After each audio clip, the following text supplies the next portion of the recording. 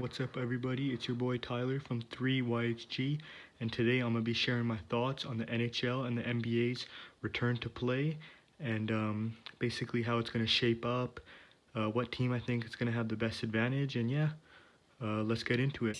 Okay, we'll start with the NBA. The NBA will resume play around mid-August. Unlike the NHL, the NBA will not just start with the play-in round. They'll actually conclude their regular season, consisting of 22 teams. These 22 teams will consist of the 16 teams already in a playoff spot and 6 other teams that are just on the outside looking in. 6 teams currently not in a playoff spot but finishing the regular season will be the Portland Trail Blazers, the New Orleans Pelicans, the Sacramento Kings, the San Antonio Spurs, the Phoenix Suns, and one team from the East, which is the Washington Wizards. It is reported that all the games to conclude not only the regular season but also the playoffs will be held in Orlando, Florida. And finally, it is reported that the NBA Finals will take place September 30th. Now, I know all of you are probably expecting a prediction, but we'll get that in the next video. I'll try to do a prediction on the NHL and the NBA. Okay, so now we are moving to the NHL. The NHL, like I said, is taking a totally different route. Whereas in this case, instead of concluding their regular season, they're expanding their bracket, their playoff bracket to be exact. They're expanding this to 24 teams. The way this will work is the top 4 teams from each conference will get a bye. Every other team from seed number 5 to seed number 12 will play each other in the play-in round. For example, the Edmonton Oilers will play the Chicago Blackhawks, Vancouver Canucks will play the Minnesota Wild, and on and on. That play-in round between the 5 vs 12, 6 vs 11, and on will be a best of 5 series, whereas after that it will be best of 7 throughout until the Stanley Cup is lifted. It is being reported that the 4 teams that currently have a bye will be playing games against each other to determine a reseeding. For example, Boston is sitting at 1 right now in the East. Now, they will be playing teams like Tampa Bay, Philadelphia, and Washington. They could end up being 4th.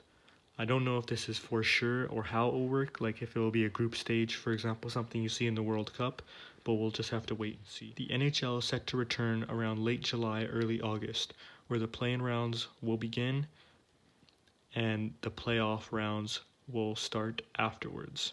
There is no set date like the NBA on when each round will start. But I am guessing that it'll end around September. Now, to compare the 2 leagues and their paths to handing out each coveted trophy. Personally, I think there's flaws in both, but if I had to say which format was better, I would go with the NHL. The reasoning behind this is that it's been such a crazy season already, why not make it a little unconventional instead of having just another 16-team bracket? I like the fact that there is a play-in round, but if I could change it, I would make the play-in round just like a best of 1. So that way it's way more intense and it's way more quick. Whereas also, I'd like to see the teams with a bye not to really play that many games. If they play 3 games and they already have a bye, is it really much of a bye? Whereas in the NBA, it does really make total sense. The teams that could have had a chance will get that chance, and the teams in the playoffs will also have a chance to go up in the rankings. Or should I say standings. Something that I would change about the NBA is just really the date. I mean, September 30th to start the finals just seems a little weird.